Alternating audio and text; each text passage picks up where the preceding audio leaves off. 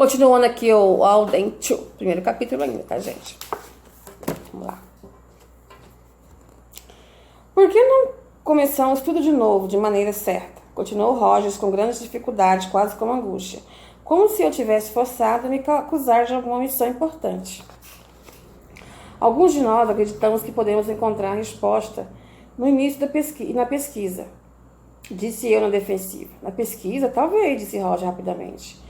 No ensino, não. É bom incentivar as pessoas, interessá-las. Isso é melhor do que nada. Mas a longo prazo, estamos simplesmente passando a responsabilidade adiante. Se o senhor entende o que quero dizer. Ele parou embaraçado. Pelo amor de Deus, não se culpe. Você não pode me magoar com isso. Não é meu calcanhar de Aquiles.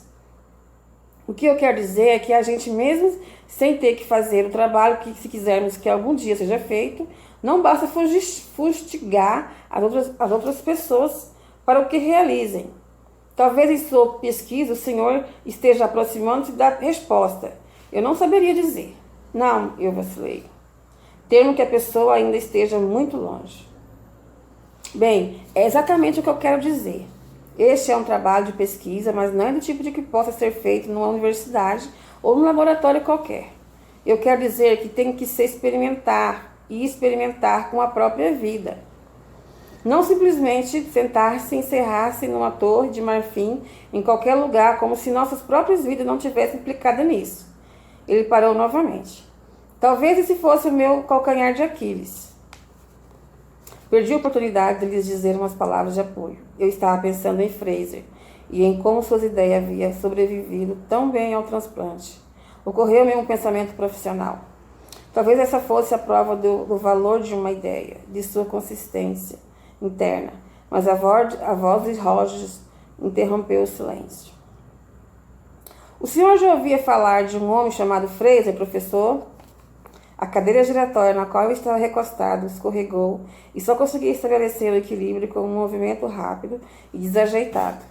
Deve ter sido uma cena divertida, pois eu ouvi risadas contidas mescladas com expressões de alarme. Endireitei a cadeira e sentei-me novamente. Tratei de encontrar uma frase que me devolvesse a compostura, mas não fui capaz de achá-la. Arrumei meu paletó. Você disse Fraser? Perguntei. Sim, senhor, Fraser, T.E. Fraser. Ele escreveu um artigo para uma velha revista que Steve, o Jamie que aqui, descobriu. Ele estava começando uma comunidade, algo semelhante àquela sobre o qual o senhor falou. Quer dizer que ele conseguiu? Disse eu, distante, ainda um pouco abalado. O senhor o conhece, professor? Eu o conheci há muito tempo, pelo menos creio que deve ser a mesma pessoa a que você se refere. Estudamos juntos na faculdade. Não o tenho visto nem ouvido falar dele há uns 10 anos, ou talvez mais. Ele era a pessoa que, bem, algumas ideias que eu lhes apresentei sobre utopias. Ele e eu costumávamos falar muito a respeito, sabe? Em verdade, eram principalmente ideias dele. Não teve mais notícias dele? Desde que época? Disse Rogers, e senti uma nota de desilusão no tom de sua voz. Não, mas eu gostaria. Mas eu também não sei, professor, sabe? Esse artigo parecia mais um programa. Foi escrito há muito tempo, dava a impressão de que Fraser estava a ponto de pô-lo em prática. Mas nós não sabemos se ele conseguiu ou não. Achamos que seria interessante descobrir o que aconteceu. Isso poderia nos dar alguma ideia. Peguei o anuário da Associação Brasileira a que pertenço. Francis Fraser não constava dele. Em 1 ou 2 minutos, localizei uma edição de 8 anos atrás. Lá estava ele, T.E. Fraser, com seus títulos de universidade onde os esteve. Atualmente não pertencia a nenhuma universidade. Evidentemente, tinha desistido de lecionar. Ou talvez nunca tivesse começado. Pelo que eu me lembrava, isso não era surpresa. Quando estudante, ele certa vez corrigiu o lápis vermelho num artigo escrito numa revista pelo reitor da universidade, como se fosse um trabalho de redação. Corrigiu a pontuação, melhorou a ordem das palavras, reduzindo vários parágrafos e símbolos lógicos, pôs a descoberta uma série de raciocínios falhos. Então assinou e mandou para o reitor como conceito medíocre. O endereço para a correspondência que constava no catálogo foi uma surpresa. Naquele tempo, Fraser morava num estado vizinho, a uns 300 quilômetros de distância. O endereço era Walden 2, RD1, Canton. Walden 2, repeti lentamente depois de relatar os fatos a meus visitantes. Calamo-nos por um momento. O senhor acha que... Claro, disse Jamie, que repentinamente desembaraçado, ainda que dirigindo somente a Roger. Sua comunidade, em seu artigo falava muito de Walden qualquer coisa. Você não se lembra, Rogers? Eu comecei a ver claro. Walden 2, Walden. O segundo, claro, muito típico de Fraser, convertido em uma espécie de segundo Thoreau. Thoreau, que é o escritor daquele Henry David Thoreau, que é um filósofo transcendentalista de Harvard. Ele viveu solitário durante 2 anos nas margens da Lagoa Walden, em Concord, perto de Boston, Massachusetts. Ele definia os direitos da pessoa humana e foi preso por se recusar a pagar impostos, num gesto de desobediência política. Em protesto contra a guerra com o México, escreveu o livro Walden, ou A Vida nos Bosques. O autor do Walden 1 é o Henry David Thoreau. Bom, vamos lá. Ficamos outra vez em silêncio. Dei uma olhada no relógio sobre a mesa. Tinha uma aula dentro de 10 minutos e não havia relido minhas notas. Eu lhes digo o que vou fazer, disse, levantando-me. Vou comunicar-me com Fraser. Nunca o conheci bem, mas ele se lembrará de mim. Eu lhe perguntarei o que está acontecendo, se é que está acontecendo alguma coisa. Vai mesmo, professor? Seria ótimo. Pelo menos vamos descobrir se Walden 2 ainda existe. Temos, entretanto, que haja sido um sonho que se esfumou há muito tempo, mas vou pôr o endereço do remetente no envelope e logo o saberemos. Eu acho que o senhor vai encontrá-lo, professor, disse Roger. Esse artigo não parecia exatamente um sonho. Você não acha, Steve? Jamie, que pensou um momento como um navegador, fazendo um cálculo rápido. Ele estará lá, disse calmamente. E agora vamos para o capítulo 2. Capítulo 2. Jamie que estava certo. Fraser estava lá. E Walden 2 também. Tudo bem, de acordo com o planejado. Escreveu Fraser com uma segurança muito típica. E quando as suas perguntas, continuava a carta. Espere 6 meses e eu lhe prometo um relatório completo. Estamos preparando uma série de artigos que devem ser exatamente o que você deseja. Mas se não puder esperar, e espero que não possa, venha e veja o Walden 2 agora. Traga com você os jovens amigos. Estamos sempre buscando novos adeptos. E pode trazer também qualquer outra pessoa que você queira. Nós podemos abrigar até um grupo de 10. Vieram com a carta os horários de ônibus, o roteiro mais curto e as outras informações. Joguei a carta sobre a mesa com impaciência. A sua realidade era extremamente perturbadora. Tinha sido divertido reviver Fraser como uma figura interessante dos dias da universidade. Era outra coisa estabelecer contato de novo com ele agora. Achei que ele era mais agradável como lembrança. Mas ali estava a sua carta e o que ele podia fazer. Eu estava aborrecido por me ter metido nisso e deplorava a minha oferta em ajudar Robert, Rogers e Jamie. Para piorar as coisas, a aventura começou a desenvolver numa velocidade alarmante. Mal tinha acabado de ler a carta de Fraser quando tocou o telefone. Era Rogers. Havia feito o possível para não me importunar, dizia ele, esperando o silêncio. Olhei para meu calendário e notei que ele havia esperado exatamente os 3 dias necessários para ele receber a resposta mais rápida possível. Contei-lhe a carta de Fraser e concordei que viesse com Jamie ao meu gabinete no começo da tarde. Na hora do almoço, encontrei-me com um colega do departamento de filosofia chamado Augustin Castle. Como solteiros que éramos, vivíamos no clube. Víamos-nos muito, mas eu dificilmente podia chamá-lo de amigo. Era mais um conhecido. Eu conversava com ele como se estivesse escrevendo uma série de artigos intitulados Respostas do Professor Castle para uma revista especializada. Geralmente falamos do único assunto comum aos nossos campos, a natureza, a limitação do conhecimento humano. E era uma fonte de satisfação para ambos o fato de discordarmos violenta e exaustivamente. Sua posição avançava ligeiramente com os anos e poderia chamar-se de intuicionismo, racionalismo, ou talvez, como suspeitava, tomismo. Costumava classificá-lo de mim para comigo, e talvez nem com condescendência como um filósofo. Em sua preocupação com a mente, Castor foi ficando muito gordo. Seu rosto corado passaria desapercebido a não ser por um par de olhos penetrantes e um bigode negro mal aparado. Conversava extremamente bem, apesar de um pouco juridicamente. Eu tinha caído tantas vezes em suas bem montanhas armadilhas que tinha imaginado um método sistemático de me salvar delas. O método não era profundo, ou simplesmente me pedia que definisse os termos que usava. Isso o aborrecia e me deixava em paz. Tão logo terminamos de pedir o que queríamos, Castor começou a relatar os progressos que havia feito em algo chamado justificação. Isso era, insistia ele, a verdadeira resposta aos positivistas lógicos. Mas o Alden Chu estava em minha cabeça e mostrei muito pouco entusiasmo pela justificação. Apesar de não esperar pelo interesse de Castor, eu interrompi e lhe contei algo sobre Fraser e minha curiosa descoberta de seu atual paradeiro. Para minha surpresa, ele ficou fascinado.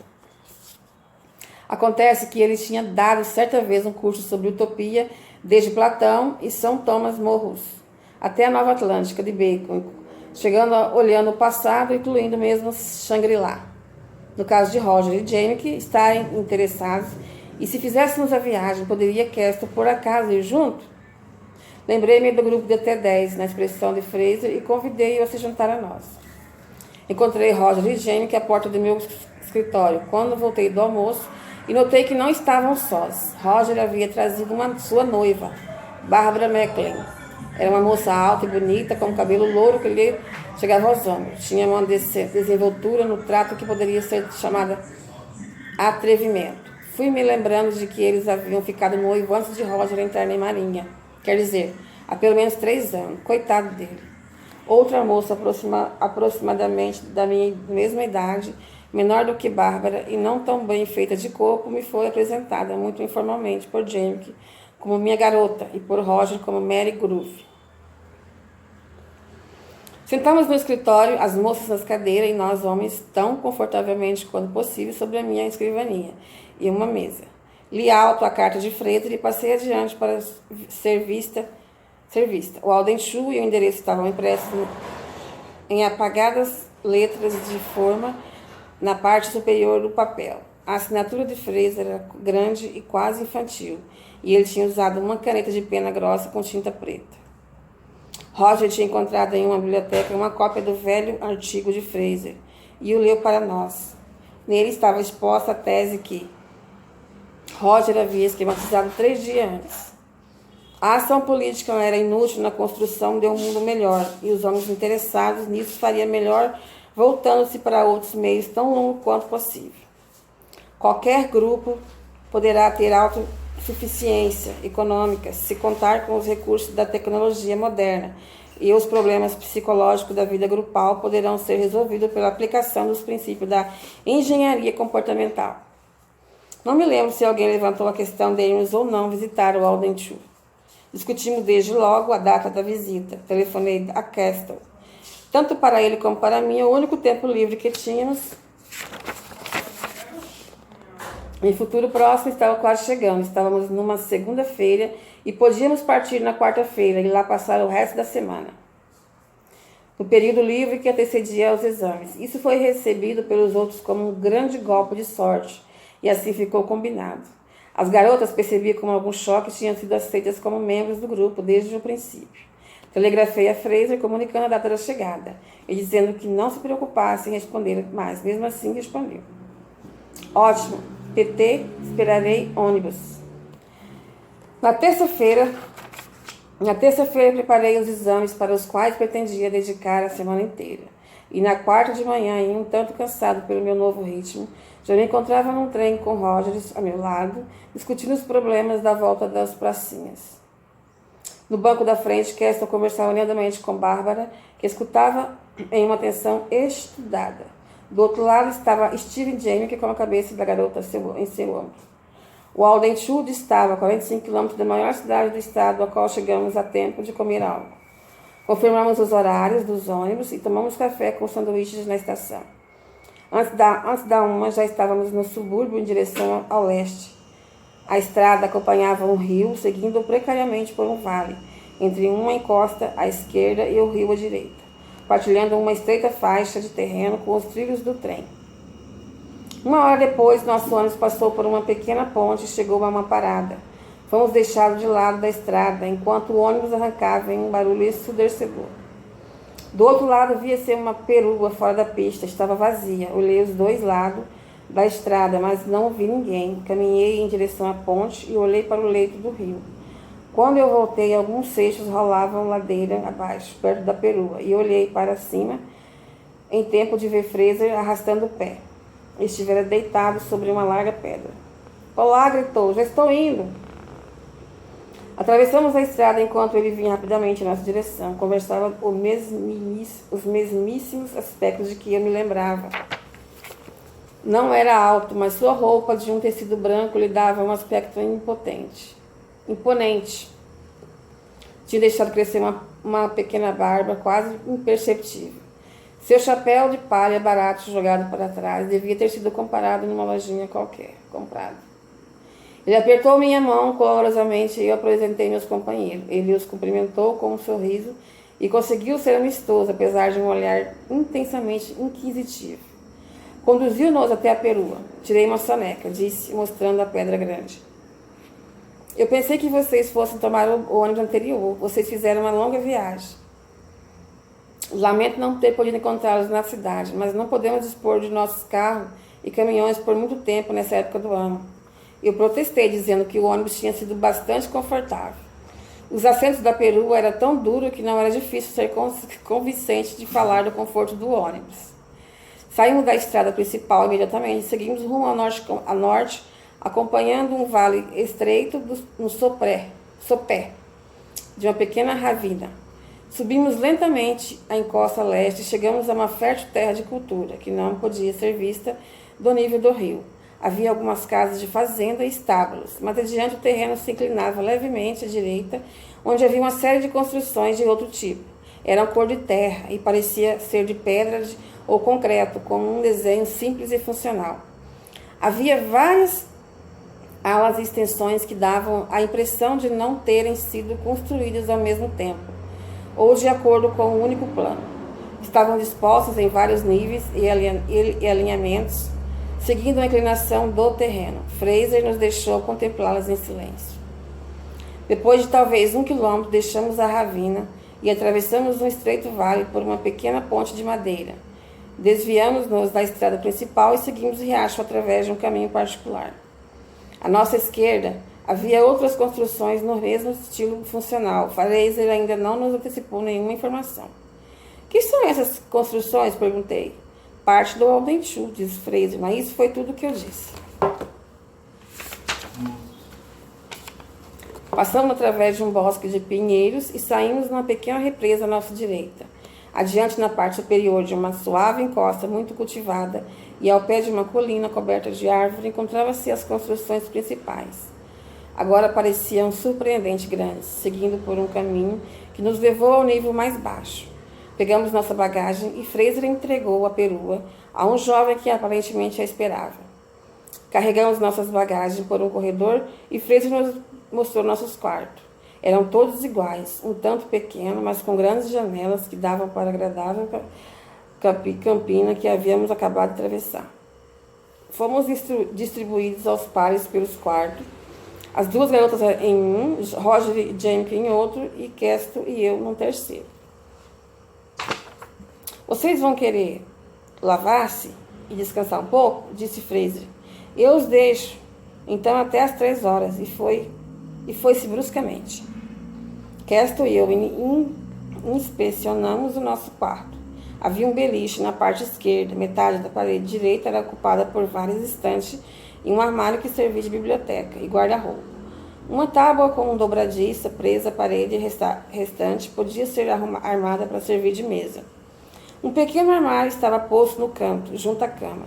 Havia 2 cadeiras confortáveis, feitas de forte compensado, que parecia ser um produto local.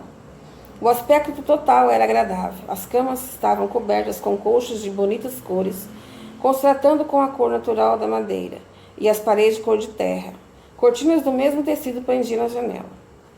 Tiramos rapidamente as coisas de nossas malas, levamos-nos no banheiro, lavamos-nos no banheiro, do outro lado do corredor, e não tínhamos mais nada para fazer. Eu não queria explorar o edifício dos jardins antes de sermos convidados a isso. Mas Fraser nem ao menos nos disse estejam à vontade. Ao contrário, disse descansem um pouco. Mas não estávamos com vontade de descansar, e eu me ressenti de maneira pela qual ele dispôs do nosso tempo, sem nos consultar. Não éramos crianças que deviam dormir à sexta. Eu também estava aborrecido pelo seu silêncio prolongado. Parecia ser um truque para estimular a nossa curiosidade. Mas isso era desnecessário e sugeria que Fraser tinha sido insensível a nosso interesse evidente. Eu me senti como se estivesse no dever de me desculpar junto a meus companheiros. Por falta de coisa melhor, Castle e eu nos deitamos. Escolhi a cama superior e experimentei uma agradável sensação ao comprovar que o colchão era muito confortável. Eu temia que exigissem um certo ascetismo espartano. Começamos uma conversa inconsequente, mas eu logo me surpreendi pensando em Fraser adormecido ao sol na pedra da estrada. Era um pensamento relaxante e minha irritabilidade desapareceu. A cama parecia mais e mais confortável e meus comentários a Castle tornavam-se mais breves e mais vagos. Meia hora depois, Castle acordou-me e disse que os outros esperavam lá fora. Eu dormira profundamente e achava difícil despertar inteiramente. Tinha confirmado nitidamente a predição de Fraser de que eu queria descansar. Mas quando pensei nisso, minha irritação voltou. Bateram a porta e eu desci da cama. Enquanto Castle abria, era Fraser. Estava sorridente e muito cordial, mas eu sabia que eu estava com uma aparência sonolenta e tive a impressão de que seu sorriso não deixava de ter um quê de autossatisfação. Esse foi o primeiro e o segundo capítulo, né? Depois voltaremos com o terceiro e com o quarto. Espero que estejam gostando, porque eu estou adorando a leitura. Beijos.